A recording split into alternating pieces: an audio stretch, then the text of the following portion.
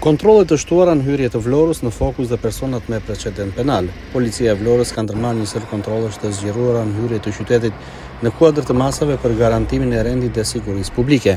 Operacioni ishte zhvilluar në bashkëpunim me forcat e ndërhyrjes së shpejtë dhe policinë rrugore, duke ushtrirë në disa prej akseve kryesore e hyrëse të qytetit të Vlorës, ku qarkullimi i mjeteve është më i lartë. Gjatë mbrëmjes së dielës, kontrollet janë përqendruar jo vetëm tek verifikimi i rutinë i mjeteve dhe dokumentacionit, por edhe tek identifikimi dhe kontrolli personave me precedent penal. Burime nga policia bëjnë me dije se këta individ janë verifikuar me prioritet në kuadër të parandalimit të veprimtarive kriminale dhe rritjes së sigurisë në territor. Në kuadër të këtij aksioni, 10 automjete janë ndaluar dhe janë kontrolluar në mënyrë të imtësishme, si për dokumentacionin përkatës, ashtu edhe për përmbajtjen e tyre.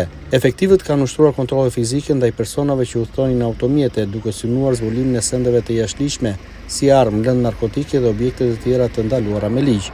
Një vëmendje e shtuar ish kushtuar mjeteve të reja dhe individëve që konsiderohen me rrezikshmëri të lartë, me qëllim evidentimin e çdo aktiviteti të dyshimt.